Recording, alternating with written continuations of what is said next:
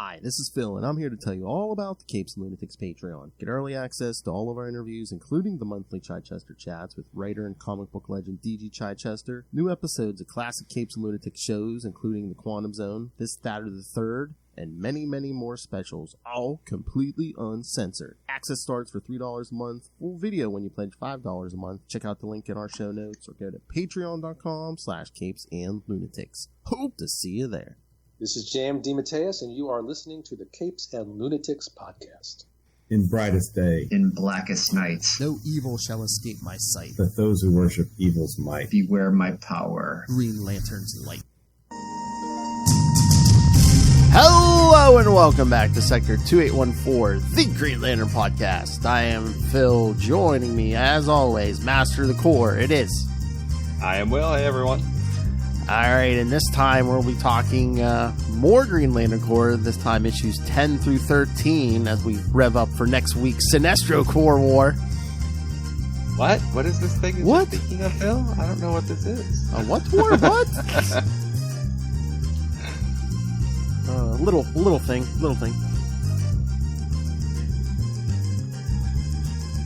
At least it won't be like, 1 week of the main book, 1 week of Green Lantern Corps. Man, every week it'll be like one of each. Yep.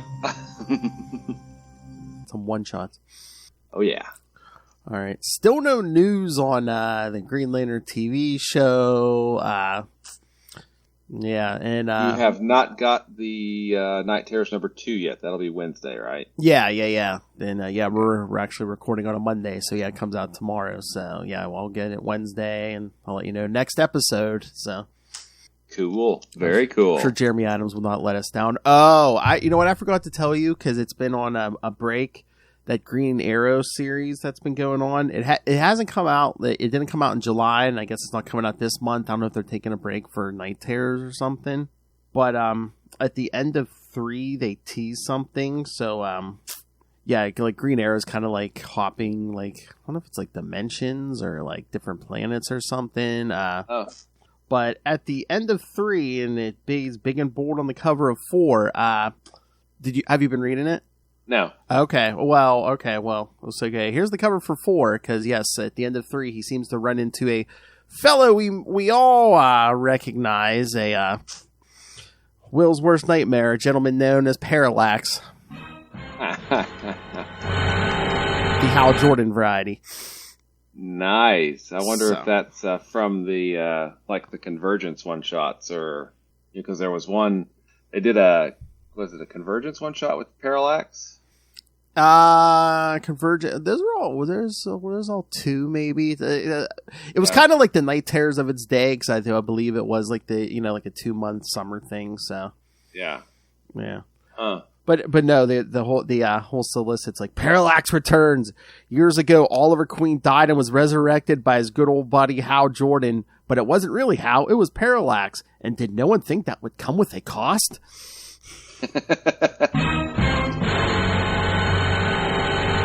So our buddy Parallax being all petty. Well, okay. Parallax saves the Earth in Final Night. Does that come with a cost? I mean, I maybe it's just hey, Oliver Queen was resurrected, but he's resurrected by a fear, a yellow fear bug. So exactly, maybe there's a problem there. I don't know. I guess we're gonna find out, right? I guess, yeah. Maybe it's time travel shenanigans. Shenanigans? Are you calling shenanigans? Can you describe the shenanigans? Oh, hey, are you caught up on Strange New Worlds? The finale's already this week coming up. Thursday, yeah. The last episode, the musical episode, was entertaining. That was something. I love how we did the crossover with Lower Decks. It was kind of a cutesy thing. Then we did the real heavy Klingon one, and then we did another cutesy episode with the with the musical. Yeah. Yeah, it was. Yeah, I was gonna say I'm never a big fan of musicals, but I mean it was all right. I thought it worked fine. I mean, and it was still they explained it away because of it's called Subspace Rhapsody. Yes. So there you go. I mean, I have to admit I did chuckle out loud at the dancing Klingons. Yes, that was pretty funny. Yep, that was. I chuckled at that. Our dishonor. Let's see. So, Strange New Worlds. Good Omens is out. Yeah. I haven't watched that yet, but I've heard good things about it. Yeah, I haven't been watching it. I saw some stuff coming up soon, but yeah, it's like the finale of Strange New Worlds came a week sooner because they dropped the dropped the crossover episode. Gave us an extra episode that week, so yeah, good news. But then, because again, it's like you never know when the next season's going to be showing up because of the strike and everything. Oh yeah, absolutely. But I mean, I'll be honest, I was like, oh wait, Discovery's awesome, but they're going to do Strange New Worlds? What? I don't know. Is that going to be any good? But it's the best. I know, it is the best. The best. And everyone's like, oh, there's Chapel leaving the show, but I saw an article. They're like, no, she'll probably go and do her fellowship or whatever in between season 2 and in the break. Yeah. Especially now, it's probably going to be a longer break between season 2 and 3. Yeah. Yeah. But yeah, that's such a great show. I mean, it really, really is. It's just awesome. Oh, and according to this, my TV Time app, it looks like the beginning of October. It appears Quantum Leap may be back. Oh, very cool. And I think, well, it's not really a sci-fi show or a fantasy show, but it's just one we really love. Only Murders in the Building, I think, comes back tomorrow. Oh. I think that's one of the shows we really like. So, Steve Martin Short. I've heard, I've seen some interviews. I've seen like some commercials. Yeah, I mean, it's probably, I'm sure it's probably good with those two in it. It's very, very good, and it's of course got what is that? Selena Gomez. Selena Gomez, yes. She's great in it too. So yeah, we're looking forward to that starting up again. And then Discovery should be dropping pretty soon, right? And this will be the final season if I. Yeah, I'm pretty sure. I'm pretty sure they announced it was the final season, but yeah, I'm not seeing it on the list. So I don't know when they're dropping it because Lower Decks supposedly starts in about a month. So I heard that's going to get. This is its last season. It's canceled. Is that right? I don't know. Maybe I was going to say. I know they said Discovery was its last season, but yeah, maybe I don't know if Lower Decks if it might be. Well, I said to Lilith, I said I know that's been the gag since day one, but at the beginning of every Strange New World, they're like, it's 5-year mission. I was like, are they telling us it's going to be 5 seasons? Lilith's like, yeah. Lilith's like, yeah, right. They're probably going to give it more, just as popular as it is. Mm-hmm. Well, I mean, we're still, what are we, 6 years pre-Kirk Enterprise? Maybe. 7 years? Something like that. I have to look at the timeline again. I mean, unless, whenever this ends, they just spin off a remake of the original and just bring in, they bring in Kirk. The actors who are currently portraying Kirk and Spock, Uhura, and yeah. Mm-hmm. Yeah, that'd be kind of cool, too. Mm-hmm. Poor Pike. Very cool. Poor Pike. Before, during the original series, we're like, oh, yeah, look, there's some old captain got maimed on a mission. Oh, okay. Next. But now it's just like, him, and it's just like, oh, God. That kind of sucks. I mean, he's in love, and as we heard in song this week or last week. Yeah. Just turn it off. Turn off. Just disconnect. Hang up. And that worked, right? Mm-hmm. So yeah, we need more Strange New Worlds. Definitely. Definitely. Oh, Invincible comes back in 88 days. Oh, okay. I did not know that. Yeah. Did you watch the first season of that? I haven't watched it. Yeah. You should watch good? it. Yeah. 'Cause it's based on the comic by Kirkman. Yeah, it's good. Yeah. Very cool. I'll have to take a look at that. Have you ever read the comic? No. It's about a teenage kid. I mean, well, he eventually takes the name Invincible, but his dad is basically like the Superman of that universe. Mm-hmm. And then there's like a big twist, which they kind of got to at the end of the first season, where it's like, yeah, he's an alien, but it turns out he wasn't that benevolent. Gotcha. Yeah, so. I know a little bit about Invincible. I mean, it's from what I understand, it's like Kirkman's ode to superhero comics of the 80s. There's so many homages to so many superhero stuff in there. Yeah. Like the one big superhero group in the beginning is like the Guardians of the Globe. It's basically like the Justice League. Gotcha. Oh yeah, there's so many call outs. So many Easter eggs, right? Oh yeah, I mean, and they're like the one character, like they just did a one shot for the series before season 2 starts for the character Adam Eve. I mean, she's basically like a Green Lantern because she can make energy constructs, but also she can like alter matter and stuff. So cool. Yeah, she's like really powerful. But yeah, kids, if you love superheroes, check out Invincible. And like I said, Kirkman, we need an interview. There's not, not that there's anything to talk to you about. Walking Dead, Invincible, Transformers. Oh, Transformers, G.I. Joe. That's who I want to talk to, Larry Hama, who's once again coming back. He's just keeping the original that original G.I. Joe series going. He's starting with 301 and still going since the 80s. Nice. That's my question. I would want to be like, why do you love? I mean, I'm not that I'm bad mouthing it. I like G.I. Joe too, but how do you love G.I. Joe so much that you can just write story after story from like the early 80s till now and still keep going? Now, 40 years. Yeah. I mean, I guess there's a big enough group of characters where you're never going to get bored. You're just like, oh yeah, I'll just jump to these ones and So are we talking about Guy Gardner issues or something? Oh, no. Well, kind of, sort of. Kind of, sort of. All right. Exactly.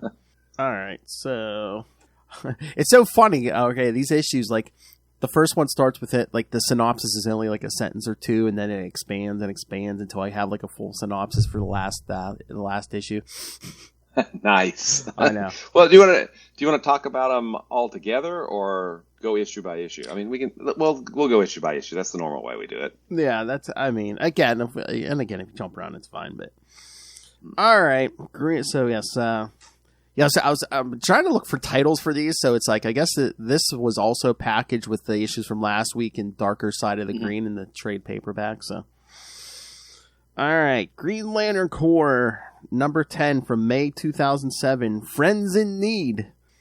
Writer Dave Gibbons, pencilers Dave Gibbons and Patrick Gleason, inker Dave Gibbons and Christian L. Lamy, colorist Moose Bauman, letterer Phil Balsman, and editors Michael Siglain and Peter Tomasi.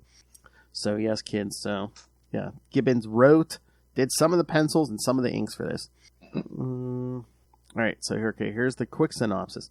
Guy Gardner butts with his fellow corpsmen. No. On Korugar, Sornik Natu comes under attack by government forces. All right, there's your recap, kids. Nice. Something different. Guy Gardner butts heads with some Green Lanterns. Get out. Yeah. There's some, we see Sornik on Korugar, which is kind of cool. Mm-hmm. And doesn't that end with Kilowog heading toward Mogo? Here, let me open this up because, once again, I read all these together, so it all's kind of blurring together for me. I'm on the app. Oh, kids, you can read the first 2 issues of Jeremy Adams' Green Lantern on the app right now. Sweet. Yeah, this ends with Kilowog heading off toward Mogo, which we see all these little yellow spore things encircling Mogo. Look, fireflies. But it gets back to Sornik with her, still trying to be a doctor on Korugar, and just help people because that's who she is, right? Yeah, just like kind of trying to do it in secret. Yeah. Yeah, and then of course have Kilowog showing up with her new partner assignment, while she's getting attacked. Mm-hmm. Let's see what else. Guy, of course, is butting heads with the 2 that were sent to fix the asteroid-y thingy, whatever that was, orbiting something. The clustrol or whatever. Yeah. Yeah, but there was this was a lot of. I feel like this is a lot of setup. It's basically here's where everybody is right now. Mm-hmm. Green Man is already infected. We saw that because the Thanagarian lizard guy, I forget his name, Izamat? Yeah. He's like, whoa, this is a little weird. I'm just gonna go. I'm just gonna go. Instead of, talking to Mogo. And then So, we're setting up everything for, especially because Guy's, so annoyed with those two corpsmen who are kind of just slacking off, right? Yeah, until eventually they're just like, you could do it yourself, Gardner, and they like take off. Yeah. But, no, the whole thing on Corps Guard, it's interesting because it's like not only are the government, like, the cops trying to stop Sornik, but like when she's like healing the people and she's like, I'll be back, and everyone's just like, no, heal me too. Yeah. Yeah. One of those, just that trumps politics, right? Yeah, careful what you wish for. Yeah. But I think Dave Gibbons is awesome. Don't get me wrong, but I really prefer Patrick Gleason's version of Kilowog. Yeah. He definitely. just looks cooler. Mm-hmm. I just think he looks cooler. Oh, and then like towards the end there when Sornik and what's the princess's name? Iolande or something like that. Yeah, they're kind of like arguing. Then Kilowog just like enough. But yeah, those two are teaming up. So Kilowog says, and then all I care about is you doing your duty. If you're arguing stops you doing that, you'll see just how much I care.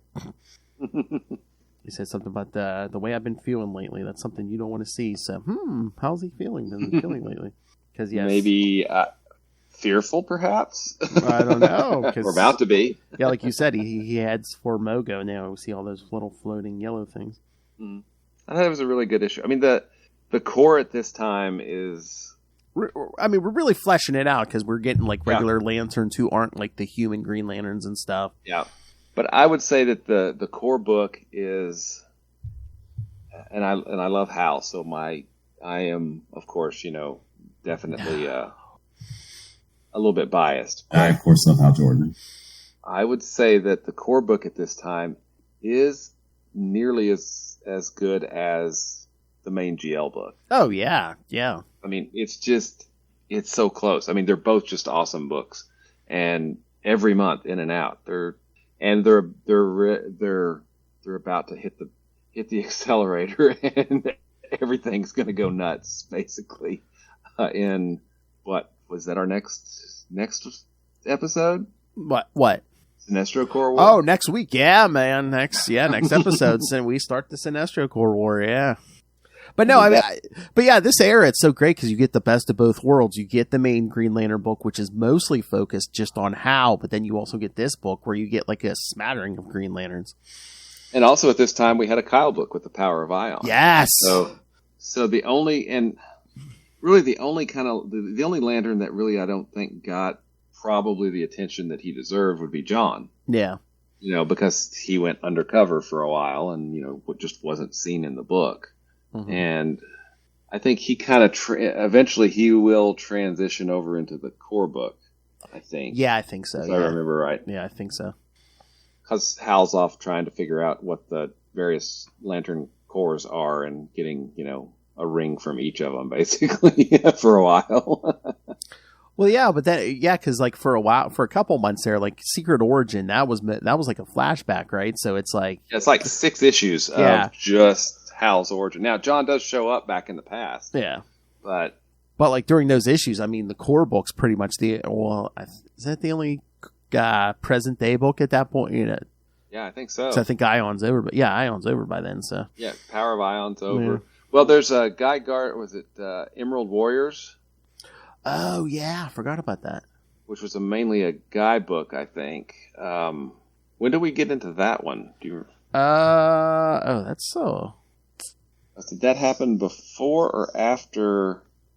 I think that was after Sinestro Corps War, but I don't remember for sure. We don't want to depend on my memory. Well, here I'll look, but yeah, I don't have it on the schedule for before Sinestro Corps War, so I'm pretty sure it's not. But I'm not seeing it. Was it before Final Night or Blackest Night? I mean, Blackest Night. I think so. I think it was before Blackest Night. Hang on, I'll look it up. Don't tell me I messed up. I don't think you did. Green Lantern Emerald Warriors. Looks like the series was in 2011. Oh, yeah. So that's after Blackest Night. Yeah. It's Brightest Day. It's Brightest Day. Okay. And it looks like it ran 13 issues. And the first issue was October of 2010. Okay. Yeah, so we'll probably be hitting that like early next year. So. Yeah. Cool. All right. Yeah. So should we get to the next one? You bet. Like Rock I said, and roll. 10 was good, but yeah, it's a lot of setup. Mm-hmm. All right. So kids, next one, Green Lantern number 11 from June 2007, The Prophecy. Writer Dave Gibbons, the only penciler this time, Patrick Gleason, inker Prentice Rollins, colorist Moose Bauman, letterer Phil Balsman, and editors Peter Tomasi and Elizabeth V. Gerlian. All right, this one's a little longer. As Guy Gardner struggles on the world of Clustral and makes a horrible discovery inside a sector house, Sornik and Ioland face off against the evil children of the White Lobe, and Stell and Green Man find murdered Quardians aboard an escape vessel that point to something sinister festering on the fringes of the galaxy. Oh, on the edge of the galaxy.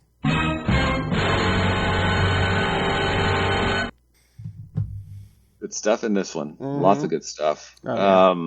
So is this issue where we see the Guardians speaking to Salak about the prophecies that were given to Abin Sur, or is that the next issue? Let's see. We are. It might be the next one because I'm not seeing the Guardians in here. Oh wait. Okay. No. This might be it. Yeah, no. Countless eons ago, we purged them from the starways and tuned them on Yozamalt.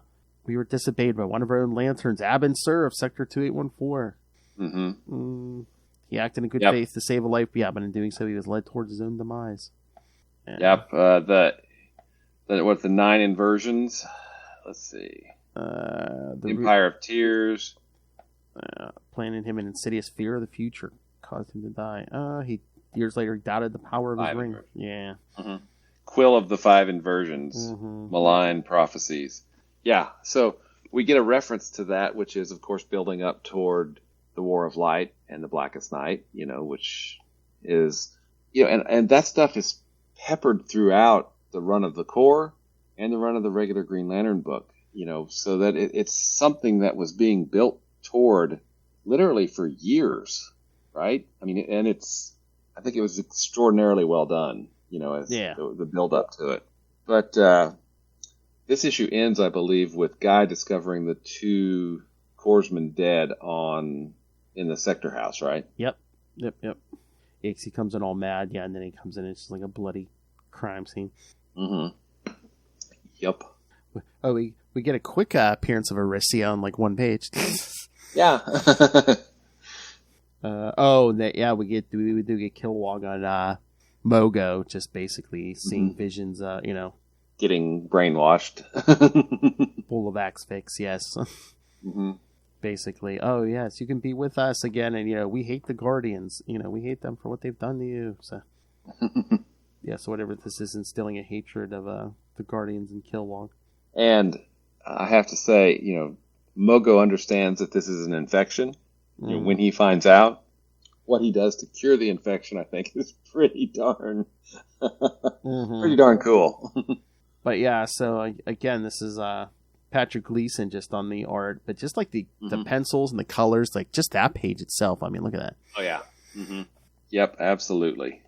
But yeah, just Green Lanterns going nuts, and we get this is where they take care of. Let's see, is it Iolande and Sornik? Yeah, Sornik. Is that where they deal with the white children of the White Lobe, or is that next issue? No, they do. Yeah, they come in here in this issue. Yeah. Okay. Yeah, this is a lot of moving the pieces into the right places. Mm-hmm. Having them use their brains and dealing with the children of the White Lobe, I think is pretty cool. Oh yeah, and you could tell there's been like planning on everyone's ends on this. Where it's just like, okay, here's a Sinestro Corps War. You're going to do step A, B, and C. We're going to do step D, E, F. Yeah. Yep. And this and the callback to the the Alan Moore story with Abin Sur. The reason he was in a ship. They're calling back to that story. And is the name of that story Blackest Night? I can't remember. Is it? It was published in the 80s as a backup. It's like an 8-page. Oh, I can't remember. Did I read that? I can't remember. But that was used to explain why Abin Sur was in a ship when he's got the ring, right? But after this whole prophecy talk, then the Guardian tells Salak, "Tell no one." Yep, keep it to yourself, man. I mean, and look, there's that page. I don't know what page it is, where Kilowog's in the cafeteria with the other ones. Mm-hmm. That first panel, I love. Look at that first panel there of Kilowog. Oops, there you go. Oh yeah. Just kind of a profile of him. I mean, it's pretty awesome. And then, of course, Guy finds the two dead lanterns. Yeah. Yep. So the Guy's definitely being set up. Yep. All definitely. Right. Next issue. Yep. All right. Let's see. You got 10, 11, and now Green Lantern Corps number 12. All right, from July 2007, Fugitive. Writer Dave Gibbons, pencilers Patrick Gleason and Tom Guyan. Inkers Prentice Rollins and Tom Guyan. Colorist Moose Ballman, letterer Phil Balsman. Yes, and again, editors Elizabeth Gerlin and Peter Tomasi. Pursued by his fellow Lanterns, Guy Gardner seeks refuge on Mogo, only to be confronted by his oldest fear. And fear, you say? Yep. And on Oa, Lanterns clash as death stalks the Corps. So that's that synopsis. Now, like I said, the last one will have a full synopsis. So let's see. I'm trying to figure out where does this one end? Does it end with... Where does 12 end? Yeah, where does 12 end? The last... Hold on. We are... Come on. Hold on. Oh. This one where the little fly guy shows up. Okay. Yeah. Yeah. So we get... that one. Yeah, that's the last page. Who is an awesome... Okay. Yeah. Yeah, because it's like because he's Mogo's partner, so it's like, yeah. So one's the size of a planet, the other one's the size of a bug. Yeah. He's pretty cool. What's his name? Bizid? I think is it Bizid, or it's like BZ, is it BZZT or something? Yeah. Yeah, I think so. But, this one deals with Kilowog back, who's cranky as all get out at the cafeteria, but then Soranik tries to help out Iolande, but her father still... dies, and that's two failures of Soranik. She didn't save Kyle's mom, and she didn't save her father. Nope. Yeah. Oh, Lord, this isn't a setup for Guy. One of the Lanterns is still alive, says, it was Guy Gardner. He killed us. Yeah. And then he dies, right? Mm-hmm. Yeah, because they start rattling this off as, what is it, Vath, Sarn, and Izamat Cole show up. Yeah, and, we get Green Man, who actually killed, what was his? He was a robotic Green Lantern. Yeah. How he killed him, but then is reporting back that, But yeah, Cole is Stell. It was Stell. Yeah, Stell. Yeah. But yeah, Vath and Izamat try to take a Guy, and he's like, yeah, good luck. He's like, okay, you want my ring? You have to take it from me. Yeah. And then he heads to Mogo to figure out what the heck's going on. Yep. Oh, yeah. Guy goes to Mogo, and then who's he see? His worst fear. His father, yep. Basically, his dad's telling him, yeah, you've been no good, no matter how hard I tried to beat the bat out of you. Yeah. And Guy's like, I don't have time for these mind games, Mogo. Yeah, like you said, Sornik couldn't save the princess's father. Yeah. If I couldn't save him, he couldn't be saved. Oh! Yeah. She does have a little bit of an ego. Sounds like another Korrigarian we knew. Huh. Wonder why that is. If I can't do it, it can't be done. And then the Lanterns are like, oh yeah, Guy locked Cole and Vath in the sector house, and he's like, yeah, and any escaped. And Kilowog's basically, well, some of the other lanterns like, maybe we should give Guy a chance to explain himself. And Kilowog is, supposedly his buddy's like, oh, the evidence has explained itself. We track him down and execute him. Yeah. And Salak's like, whoa. I know. We got to show mercy those who murder our brother Green Lanterns. Yeah, because again, we're a little foreshadowing here. Because Salak says, there will be no more talk of killing Kilowog. You know well that the Guardians forbid such summary punishment. Yes. Yep. Except maybe they don't. We'll find out about that. But yeah, things are accelerating, for this little arc. And it's a really good issue. Mm-hmm. But yeah, they're sending lanterns out to get Guy, and Kilowog's like, 2 rookies to take down an honor lantern? No, I must go too. You could tell Kilowog's being possessed, because he's not saying poozer. Exactly. But yeah, that's when Vath and Isamon are hovering above Mogo, and that's when what Buzzed shows up. Is it? Yeah. That's an awesome page right there. I mean, it's a page that's got 2 panels on it. He shows up, and then we get a close up on him, and he's just like, "Yep, I'm here." Well, I think in the last issue, because it was a Vath who's just like, "Oh, what's a little flea supposed to do?" And he's like, the difference between my size and your size is the difference between your size and Mogo's size. So exactly. BZZD. Yep. Yeah. Buzzed. All right. So should we get to the last one? You bet. All right. Green Lantern Corps, number 13, August 2007. Old Ghosts. Isn't that? Is that the same? Never mind. Dave Gibbons, writer again. Patrick Gleason, penciler. Inker, Prentice Rollins, and Tom Guyan. Everyone else is the same. Green Lanterns, Isamot Cole, Vath Sarn, and Buzzed fly to Mogo to arrest Guy Gardner for the murder of another Green Lantern. When they arrive, they briefly fight with Guy, but Gardner manages to explain that something is wrong with Mogo. Mogo's influence has been causing Green Lanterns to act violently, which Isamot Cole backs up Guy's story when he noticed earlier that something was wrong when he went to Mogo for counseling, where he quickly left after noticing Green Man acting strangely. It supports Guy's innocence. Sornik Natu later arrives and begins a cursory examination of Mogo's geology. She discovers that a deadly spore has infected Mogo's fauna and is responsible for altering the perceptions of anyone who visits.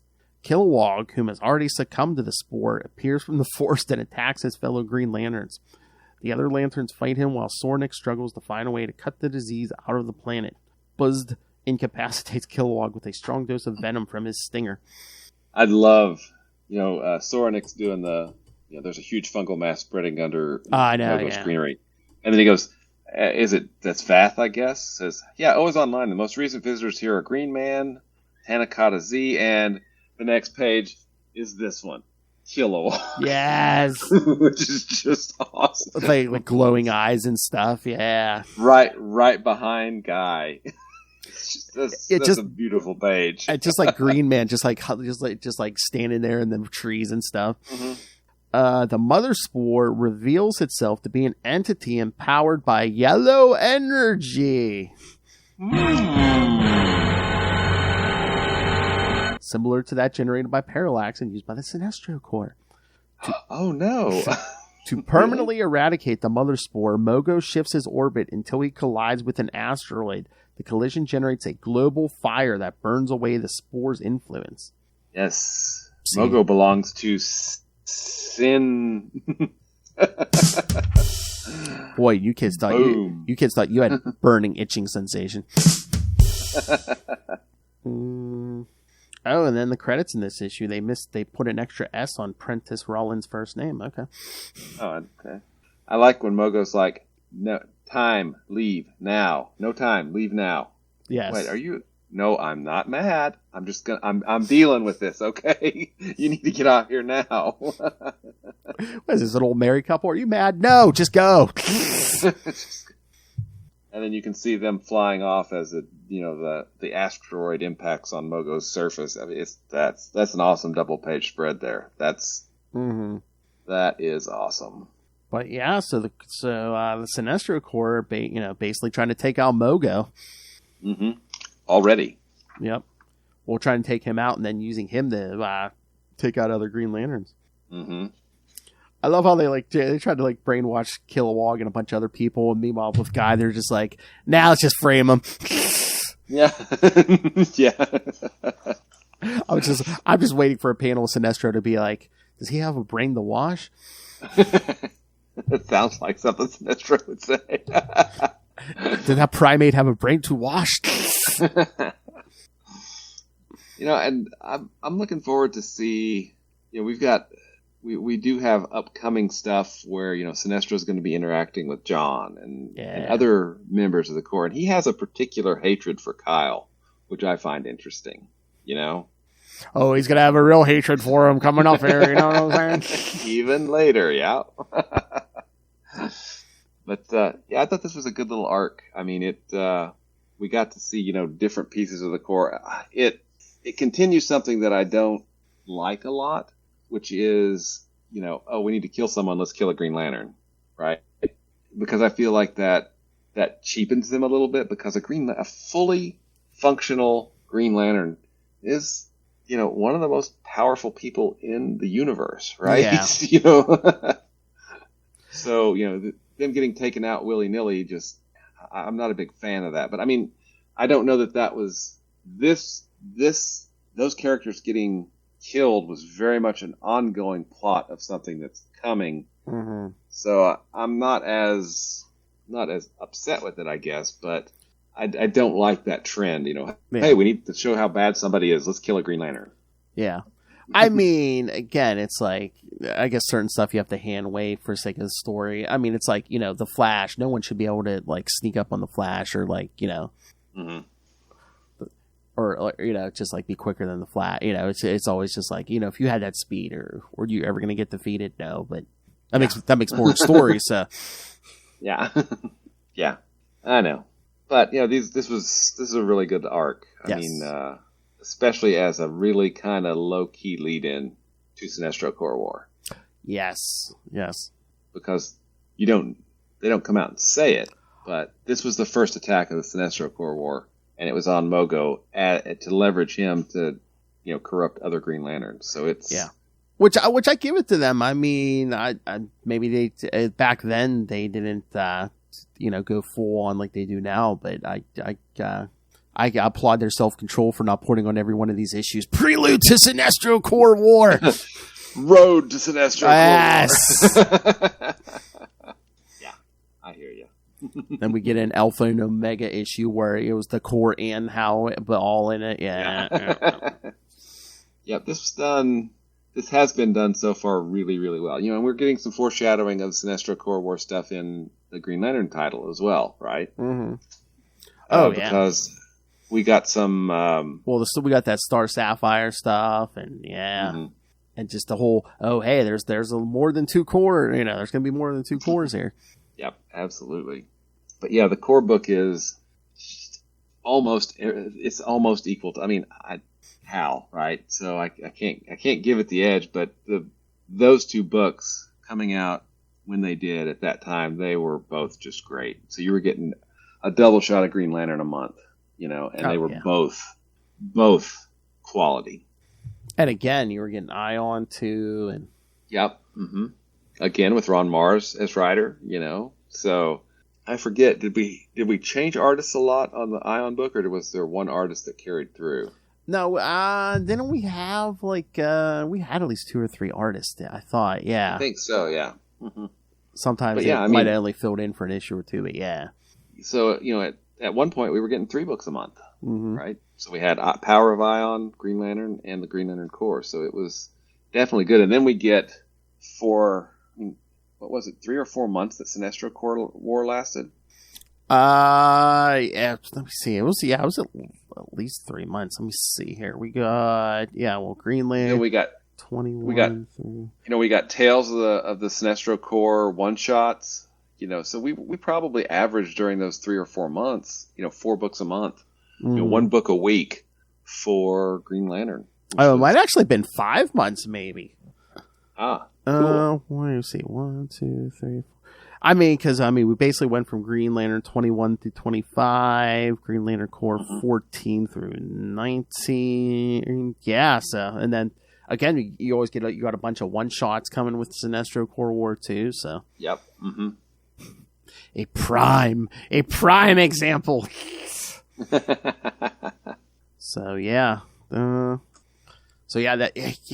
was gonna say, I would have said from my memory 3 or 4 months, but yeah, it might have been 5 months of Five Sinestro months. Corps. Yeah, Absolutely. That's awesome. mm-hmm.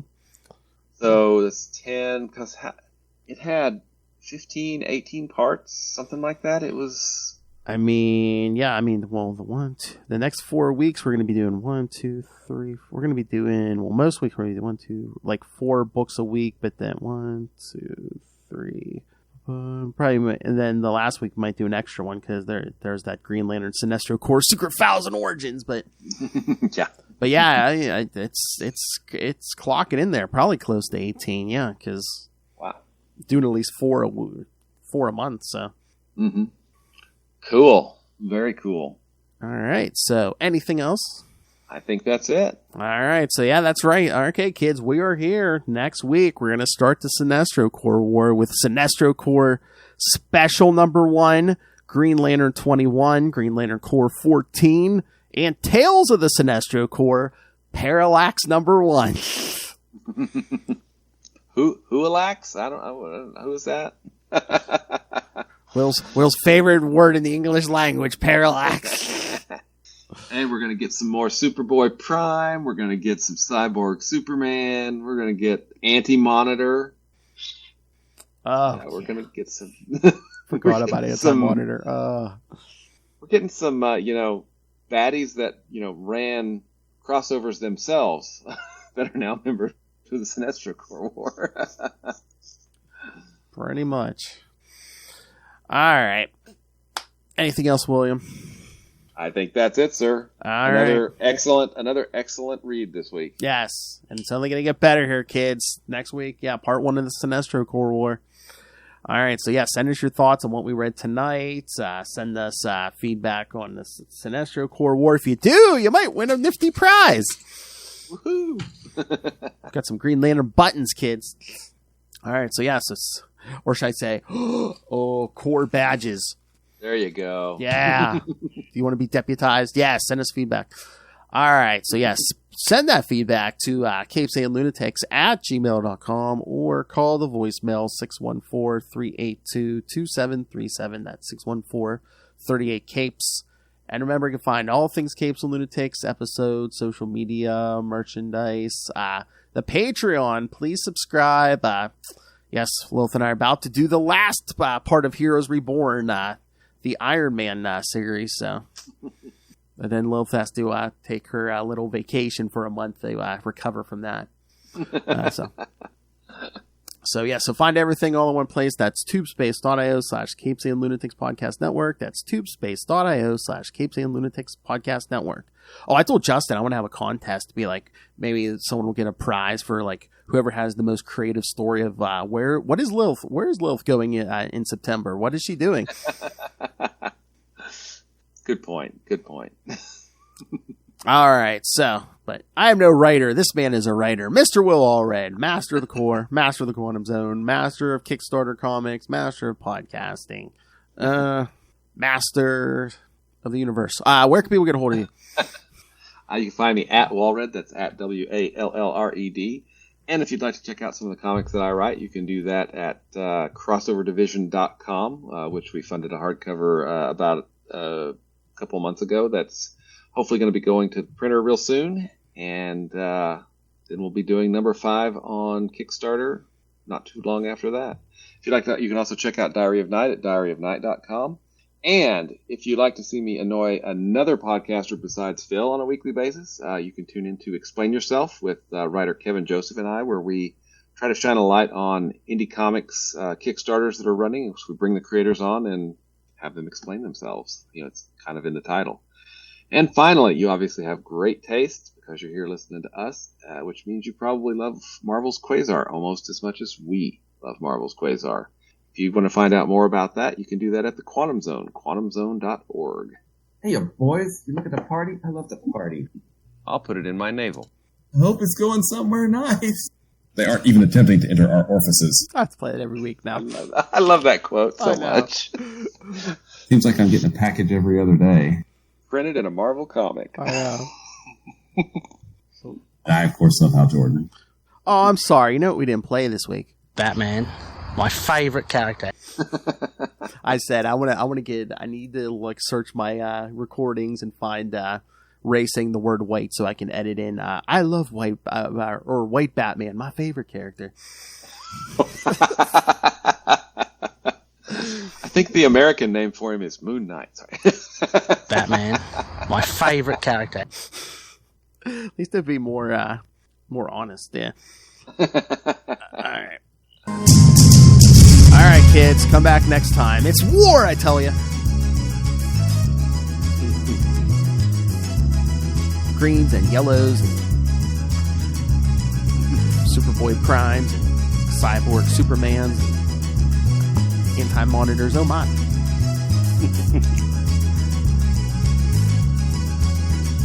And again, does the train stop there? No, it just keeps getting better and better. It does. Mm-hmm. Oh, wow, yeah. Not too long after that, we'll be getting zombies and black rings. All right, kids, come back next time. And remember, watch who you trust with your therapy. Good night.